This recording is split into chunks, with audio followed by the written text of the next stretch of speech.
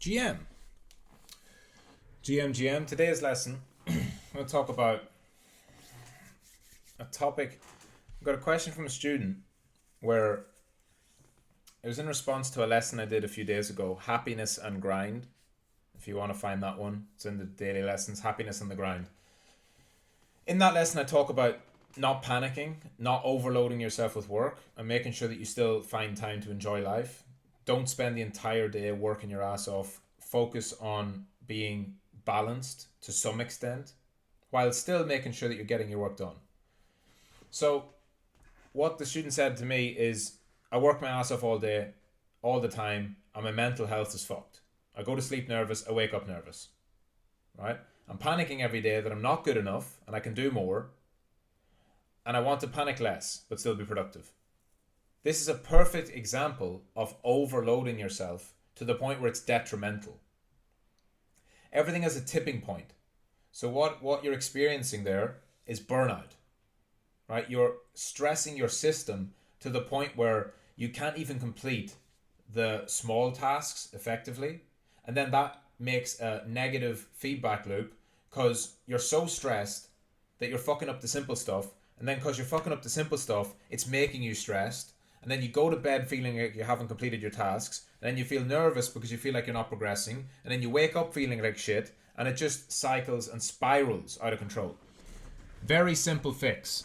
Do less things, fewer things. This doesn't mean work less. This doesn't mean you're lazy. Every single person, if you're experiencing stress, nervousness, panic, you are doing too many different things. So you need to cut back. Nobody needs to be doing 10 different things. Every single one of you, the whole point of doing your big goal is to isolate the most important few areas that you can focus on and then focusing on them. Here's a big piece of advice I can give. You have to become better at working while you're working. Do not allow yourself to have loose time frames on your work. What do I mean? One of the most important things for every person is getting sufficient rest. Everyone's different, but in general that's 7 or 8 hours of sleep a night.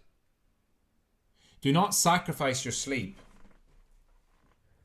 to try and work more. That just means you're not efficient. Now the way you do this is you set a fixed time for when you go to bed. And you say, I go to bed at 11 p.m. Cool. That then means that you have to prioritize your work by the most important things, and you have to manage your time so that you get done by that time. None of this shit of, oh, I know I should be in bed at 11, but I still have this task to finish, so I'm going to stay up till it's done. And then you stay up until 12:30, and then you end up underslept. The only reason you stayed up to 12:30 is because you were not efficient. You were not doing what you should be doing. You can be better.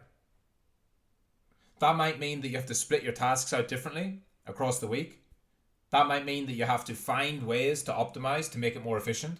That might mean that you have to cut out some of the time wasting, whether it's in commuting, spending too much time in the gym, right? You don't need to spend 2 hours in the gym. 30 minutes. You don't have to go to the gym that's 30 minutes away. Train at home. You're not an athlete. You're not a professional athlete. You can easily get all the workout you need to do there. You don't need to go out, eat out every night if it takes too long.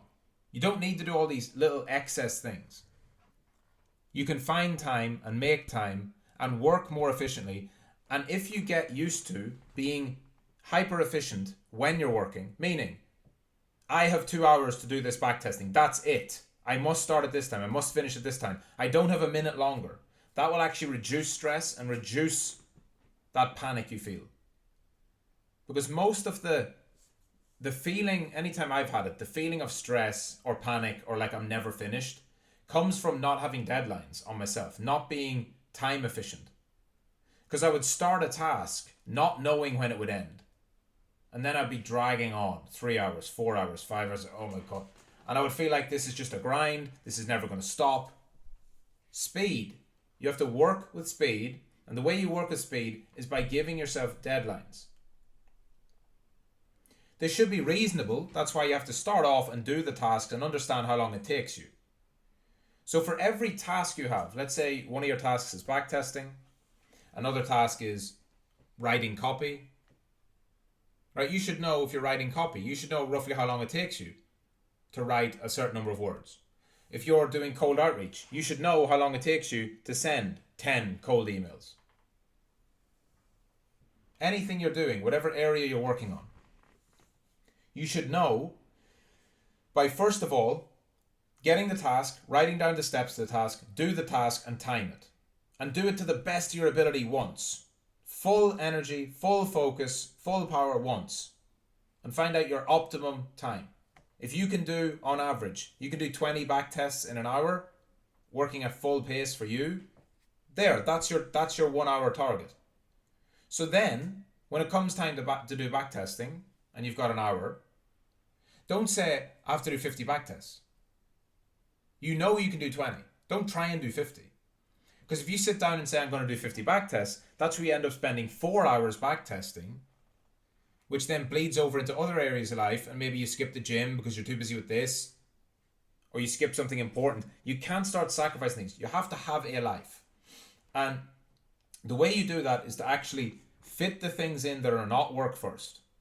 So, have a fixed time for when you train, because training is essential. Again, it can be 30 minutes, but you have to have a fixed time for it. I train at this time. If you have an irregular schedule, it doesn't have to be the same exact time, but it could be, I always train before work, right? So you've got a job, and your job is shift work, so it's the times change. But every day, I train for 30 minutes before work. So regardless what day it is, what time it is, you do the training then. That's your slot. I go to sleep at this time, right? There are the things. Training, never neglected. Sleep, never neglected. Family time, if you've got certain family responsibilities, never neglect it. Put those down first. They're your non-negotiables. They're not your productive hours of work. So it's 30 minutes a day of trading, or 30 minutes a day of training. It's an hour a day of family time, and then it's 8 hours of sleep. Okay, cool. Now you know that's 10.5 hours, or 9.5 hours I should say. It's 9.5 hours gone. Sleep, training, family time. That leaves you with 14.5 hours to then fit in your tasks, your work. Let's say out of 14.5 hours, 8.5 of that is your 9 to 5 job, your normie job, right? Okay, cool. Now you've got 6 hours left. Now you have to split those 6 hours out into the things you need to do. For that to work properly, you need to know the things in order, the priorities of things you need to do, and place them in order of priority. If you're trying to replace your 9 to 5 job with your e-commerce store, those 6 hours that are left, 5 of those should be spent on building your e-commerce store. And then out of that, the way you build that e-commerce store should be the largest levers first. It shouldn't be spending 5 hours designing my Shopify store. That's not going to make you money. It should be going to Professor Shuaib and all the lessons and finding out what is the best way to actually make money at e-commerce. Focus on those things first. Whether it's your ads, getting your product in, whatever. Writing the pages, I don't know. Same goes for any skill, any business, anything you're doing. Keep yourself as close to the money as possible. And then when it comes to trading, be honest with yourself. This is why you do Big Goal. If your goal is to become a trader in future, but right now you need money and you have less time, 1 hour a day focused towards trading, which should be active, doing something, which is doing backtesting, doing dollar trading, building systems, doing market analysis. Those are the priorities. If you have that exact lifestyle I set up, 8 hours of sleep, 1 hour of family time, 30 minutes of training, 8 hours of work, and it leaves you with 6 hours. 5 hours of e-com, and you've got 1 hour left for trading. Do not spend that 1 hour watching my daily stream. That's not the most efficient way for you to work. You have 1 hour a day. That means you need to be doing things, taking action. The streams and the videos and the content, they're all great, but they're an add-on. You should watch the content when you need advice. You should watch the content when you need to learn a concept. But once you've watched it, you take that information and you apply it. Always be making sure that you're applying things throughout your life. And that's how you actually end up having a well-rounded character and a balanced life. This whole hustle, grind, porn mentality, it's bullshit. It doesn't mean that you do dumb shit like sitting watching Netflix or going out drinking. But you have to first prioritize health, sleep, training, family, social life. Now that social life could be every Friday I take the night off, 6 p.m. to 11 p.m. I hang out with my friends.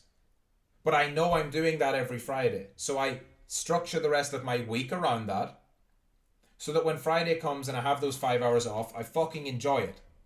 Because I've earned it. Or Sunday afternoon, that's my time to be off with the kids and my wife. So I know I'm not going to leave myself with a bunch of unfinished work on Sunday morning. I'm going to be done. I've got 6.5 days to get it done. You have to fit in those times for everyday life and put those boundaries in place so that you get work and you get the work done better. The most efficient I ever am is when I've got a bunch of videos to record, I've got to trade all day, I've got analysis to do, I've got systems to build, but also I know that I've got dinner booked at 8 and cigars after it with my boys.